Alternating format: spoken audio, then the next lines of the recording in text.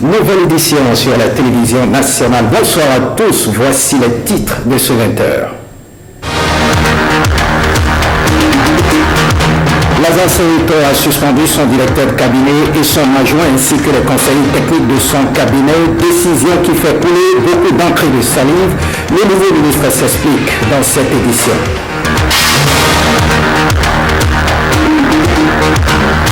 La ministre du Travail, l'une des trois femmes du gouvernement du nouveau départ, les syndicalistes portent leur regard sur le ministre du tutelle. Vous les entendrez dans ce 20h.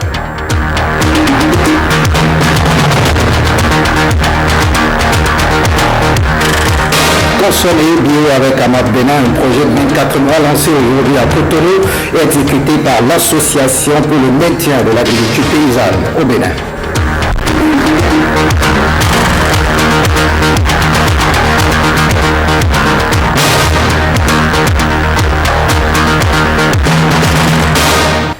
À nouveau, bonsoir, bienvenue si vous nous rejoignez. On prend la direction de la Cour constitutionnelle. Le président de la Cour constitutionnelle a reçu plusieurs délégations dans son cabinet ce lundi.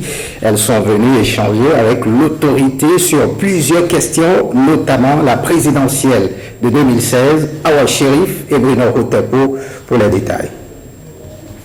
L'Association des Vaudoulons du Bénin salue le mérite de la Cour constitutionnelle pour le dynamisme dont elle a fait preuve lors de la présidentielle. Une démarche envers l'autorité pour lui transmettre ses vives félicitations s'avère indispensable pour cette tête couronnée.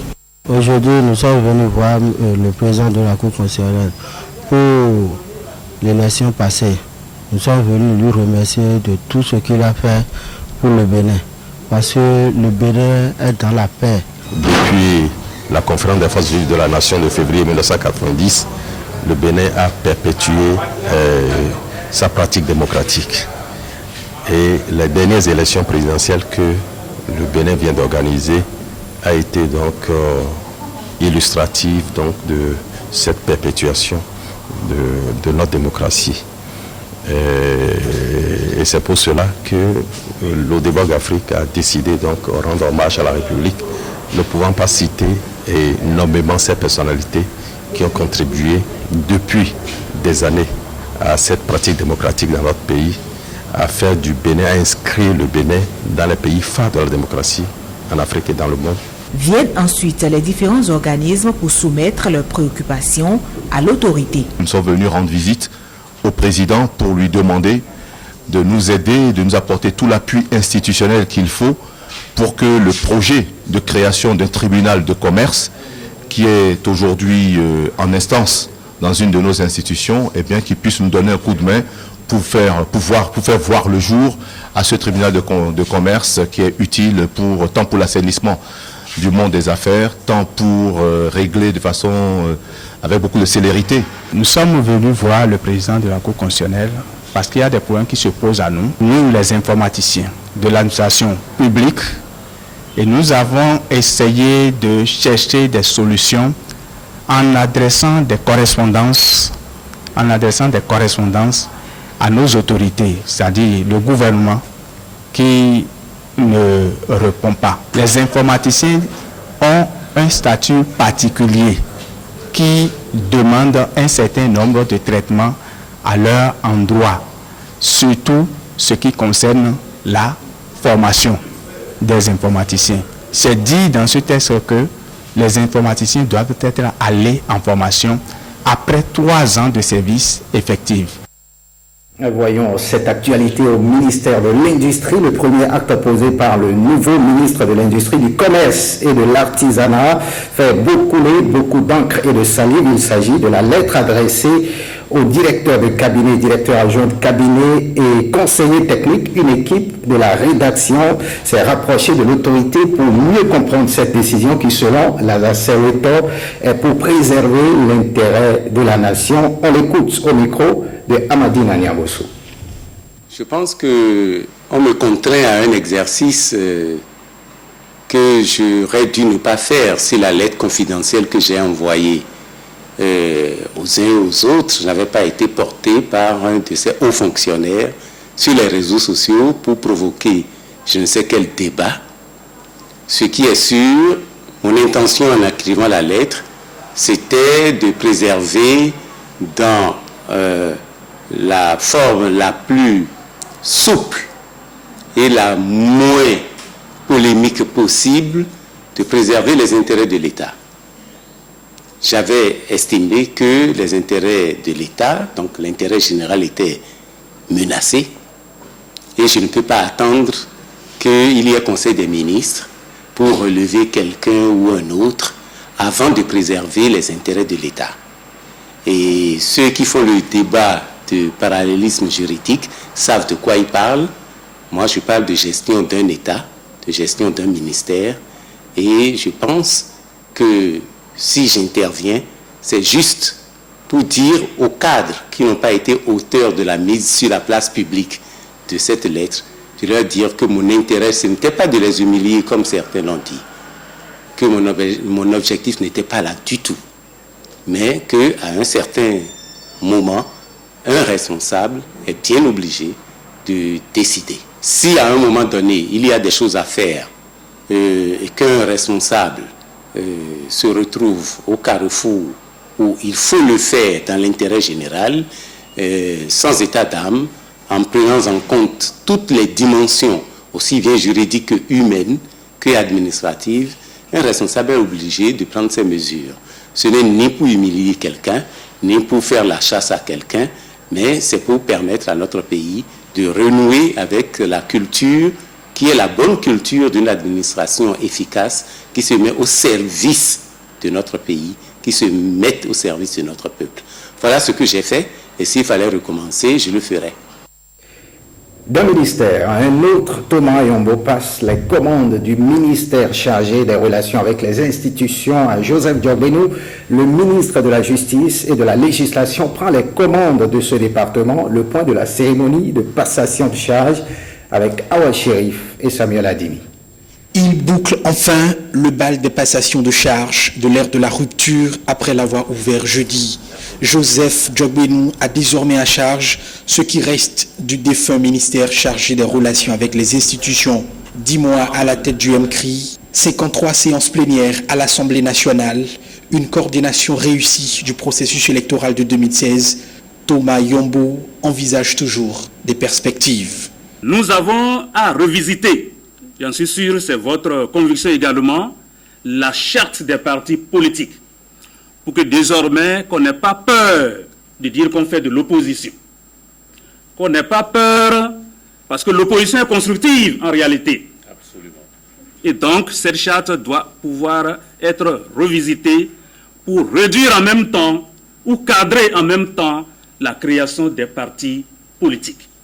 Désormais maître de ce qu'il appelle les sœurs jumelles, la justice et les institutions, maître Diogbenou recommande. Ma doléance, elle est très simple.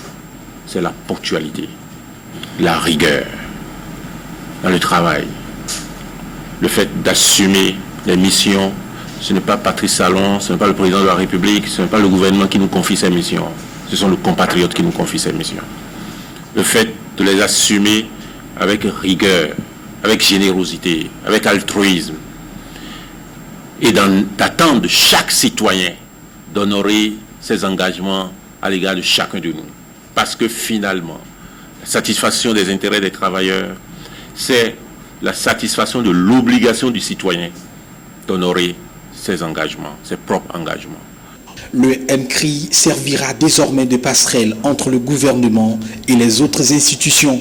En plus de la justice, l'ancien acteur de la société civile va gérer les 12 000 organisations de la société civile répertoriées au Bénin. Un tour chez les syndicalistes, 3 femmes dans l'équipe gouvernementale du nouveau départ, parmi elles Adidiatou Matis à la tête du ministère du Travail et de la Fonction publique. Les syndicalistes portent leur regard sur le ministre de tutelle. On écoute les différents syndicalistes au micro de Awa Chérif et Bruno Rotepo. Le ministère de la Fonction publique et du Travail, c'est le ministère des ministères. Et avec tous les reproches qu'on a faits à ses prédécesseurs, elle doit faire beaucoup attention.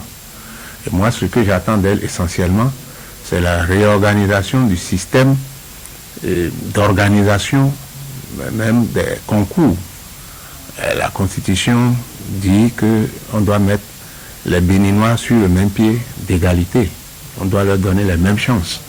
Donc il faut éviter de favoriser certaines personnes à travers l'organisation des concours frauduleux. Donc je crois qu'il y a ça et il faut qu'ils fassent un inventaire de l'existant parce qu'il y a des dossiers sensibles, il y a des travailleurs qui sont là, des agents contractuels de l'État, des agents permanents de l'État qui travaillent pratiquement à crédit.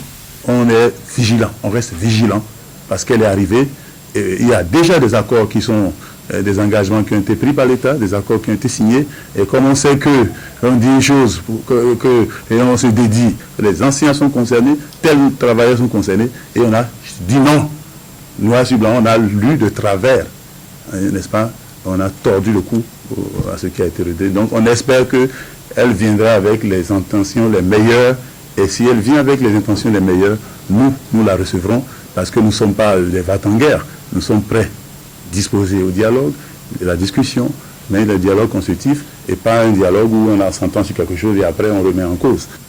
Un ministre qui a servi très mal, même je dirais bien très mal, les syndicats du temps du président Yahi peut être un excellent ministre du temps de Patrice Talon. Parce que moi, je sais, on m'a manipulé et qu'on manipule aussi les ministres. L'essentiel qu'elle nous aide à annuler ces concours-là, à faire reprendre le décret malheureux là, et puisque ce décret est initié par le ministère du Travail. Si on fait tout cela et qu'on voit un nouveau départ, je crois que chacun va se faire une idée de ce que, en réalité, elle n'était pas une mauvaise personne en tant que telle. Consommer bio, c'est bien possible au Bénin avec AMAP Bénin, une nouvelle initiative de mise en valeur de produits bio. Il s'agit du projet de promotion des fruits et légumes biologiques au Bénin. Profel Bio, c'est un projet de 24 mois développé par l'Association pour le maintien de l'agriculture paysanne au Bénin. Le Profel Bio est à 75% financé par la coopération technique belge. Son lancement officiel s'est tenu ce lundi au Kodiam à Cotonou. Petroni Lokoso, Ibrahim Lawani, pour le détail. Les fruits et légumes bio, l'Association pour le maintien de l'agriculture paysanne au Bénin s'investit depuis 2008 pour leur production de masse et leur intégration effective dans les habitudes alimentaires. L'AMAP Bénin, déjà bien implanté à Cotonou, veut désormais étendre son réseau de consommateurs à d'autres communes urbaines du Bénin, d'où l'intérêt de son nouveau projet de promotion des fruits et légumes biologiques, Profel Bio. Au total, 150 acteurs directs de l'agriculture urbaine et périurbaine, dont des transformateurs de jus, des producteurs de fruits et de légumes travaillant selon les normes de production biologique, bénéficieront directement de la mise en œuvre de ce projet, sans compter les millions de consommateurs des populations des villes de Cotonou, Calavi, Cocotomé, Ouida, Porto-Novo, Boïcon et Parakou.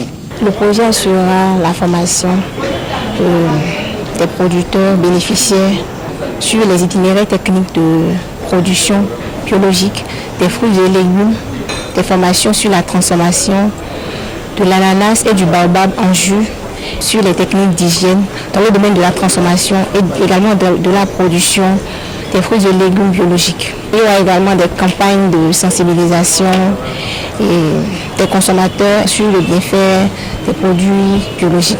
Face aux effets néfastes des produits chimiques agricoles sur les sols et la santé humaine, AMAP Bénin préconise une orientation vers les produits bio pour une alimentation saine. Les producteurs se frottent déjà les mains avec la mise en œuvre du projet Profel Bio. Au conventionnel, voilà, il y a des produits, des insecticides que nous utilisons. Ça nous rend aussi malades dans l'organisme. Même le sol sur lequel nous travaillons aussi, ça détruit. Bon. Et avec le bio, il n'y a pas de pesticides ni des insecticides dégradants du sol là. Rien de tout ça là. Nous voulons que ce projet nous appuie beaucoup, surtout dans les fertilisants, les composts bio. Nous en avons besoin beaucoup. Pour AMAP Bénin, toutes les couches sociales doivent pouvoir consommer des fruits et légumes biologiques à des prix abordables. Un tour à l'université d'Abomey-Calavi, description linguistique du Mokole parlé Yoruba du Nord Bénin, physiologie, morphologie, syntaxe et lexique. C'est le sujet de la thèse de doctorat soutenue ce lundi par Clément Babalola, notre collègue chef service de Radio Bénin à l'AFIA, à l'ORTB, soutenu donc à l'université d'Abomey-Calavi. L'impétrant a soutenu avec mention très honorable avec l'appréciation du jury sa thèse qui fait de lui docteur de la faculté de lettres, arts et sciences humaines de l'université d'Abomey-Calavi. Alain Dossiogo. Clément Babalola est co-auteur et auteur de plusieurs articles scientifiques. Description linguistique du Mokole, parlé Yoruba du Nord Bénin, physiologie, morphologie, syntaxe et lexique.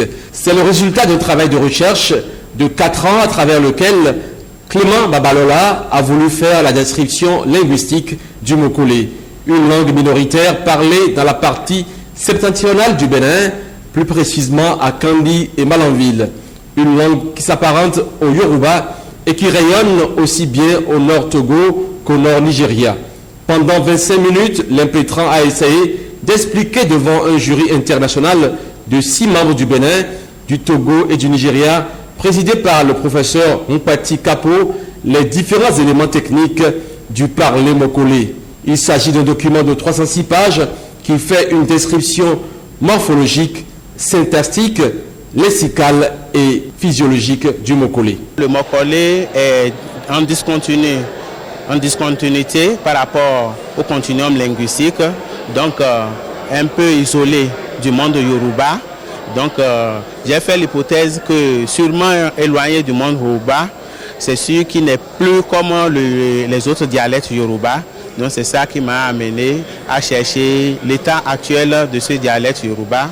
Et là, j'ai constaté effectivement que, étant très loin, très éloigné du continuum linguistique Yoruba, et certaines langues voisines telles que le Batono, le Dendi, le Bo, les langues Gou ont influencé ce dialecte-là, ce qui fait qu'aujourd'hui, ce dialecte est nettement différent des autres dialectes Yoruba, a fait beaucoup d'innovations linguistiques qui font que les autres locuteurs des dialectes Yoruba n'arrivent pas à comprendre les Mokole quand ils parlent, eux-mêmes n'arrivent pas à comprendre les autres parce qu'ils ont enfin une langue très divergente. Le jury qui s'est retiré pour délibérer a jugé acceptable le travail et lui a décerné la mention très honorable. On quitte les langues pour la production agricole. Moriette Zossou Couderin, ingénieur agronome, planche avec brio sur la gestion des mauvaises herbes en zones humides, principalement en ce qui concerne le riz de bas-fond. Cela lui a valu le titre de docteur en agronomie. Igor Ayosso et Doc Castito pour les détails. L'apparition de la plante parasite appelée vampire du riz a d'énormes conséquences sur la production du riz de bas-fond au Bénin et au Sénégal. À cet effet, les travaux de recherche sur le thème « Diversité génétique, écologie et potentiel d'expansion du Rhamphicapha fistulosa, Hortebent, hémiparasite en zone sahélienne et soudanienne ont permis d'avoir des connaissances approfondies sur le mal qui réduit le rendement de la spéculation du riz à l'hectare. Il y a plusieurs formes, plusieurs variantes de cette plante parasite-là dans la sous-région ouest africaine. Donc, étant donné qu'on connaît déjà les différentes variantes présentes dans la région ouest africaine, on peut de là pouvoir mettre au point des variétés de riz qui pourront être résistantes ou tolérantes vis-à-vis de cette plante parasite-là. Les résultats ont également montré que cette plante parasite-là est un indicateur de la baisse de la fertilité des sols. Cette soutenance de thèse de doctorat vise à améliorer la productivité du riz de bas-fond en Afrique de l'Ouest. Les techniques abordées dans cette étude permettront de mieux organiser la gestion intégrée de cette plante. Elle a pu faire ressortir que c'est le niveau d'acidité du sol qui est le gros problème. Cette plante répond au sol acide. Alors agronomiquement parlant, ça veut dire que si nous pouvons trouver des engrais phosphaté, carbonaté pour un peu mettre de la chaux et rehausser le niveau de pH, baisser le niveau d'acidité de ce sol. Donc, c'est déjà une forme de lutte à cette plante. Les agronomes spécialistes en culture risicole pourront se saisir de cette œuvre pour orienter leurs actions sur le terrain. Un travail de recherche qui a valu à Norliette Zossou Koudérin le titre de docteur en agronomie. On quitte pas l'université d'Abomey-Calavi. Un universitaire fait le diagnostic de la faible scolarisation des enfants à l'enseignement primaire dans le département de la Ligurie. Dr Garda Kamel a fait ce lundi sa soutenance de thèse à l'université d'Abomey-Calavi. Que retenir de sa recherche? Suivez le reportage de Jérôme Hongo. C'est une recherche contextualisée sur l'éducation à la base pour un doctorant qui aura passé environ 13 années dans le sous-secteur enseignement maternel et primaire. Sa thèse est intitulée « Déterminant de la faible scolarisation des enfants à l'enseignement primaire dans le département de la Ligurie ». Nous avons catégorisé ces déterminants en 3 grands groupes. Les facteurs socio-culturels qui représentent des déterminants très importants dans la faible scolarisation des enfants au niveau de ce département, les déterminants politiques et institutionnels et les déterminants économiques, le revenu relativement faible des familles au niveau de ce département. Les stratégies de promotion, de scolarisation mises en œuvre au niveau de ce département ne sont pas en cohérence avec les réalités de ce département. Et c'est pourquoi nous avons dit tout à l'heure qu'il n'est plus possible, à l'heure où nous parlons, de continuer à mettre en œuvre des stratégies qui ont prospérer par exemple à Cotonou, à Porto-Novo, à les transposer au niveau de ce département. Ces recherches qui ont duré 3 années avec des voyages entre Paris, Cotonou, les communes du département de la Ligurie et autres ont été consignées dans un document de 331 pages. La préparation de la thèse laissera chez moi un très fort souvenir. En raison d'abord de la personnalité attachante du doctorant, ensuite parce que durant les 3 années, les échanges à propos de l'orientation de la thèse ont été nombreux et toujours très riches. Le jury, composé des professeurs Isiaka Kone de la Côte d'Ivoire, Syriac Ahodekon, Albert Nouhouaï, Albert Timbe Azalou du Bénin et Korkou Foli Haïtcheli du Togo, estime que l'impétrant est une chance pour l'université du Bénin. Le jury vous déclare digne du grade de docteur de l'université d'Abomey-Calavi en sociologie, anthropologie dans la spécialité sociologie du développement avec la mention très honorable. Et pour des solutions à cette situation, Dr Kamel Garba propose. Nous proposons surtout ce que nous avons appelé tout à l'heure une aliborisation des stratégies de promotion de la scolarisation.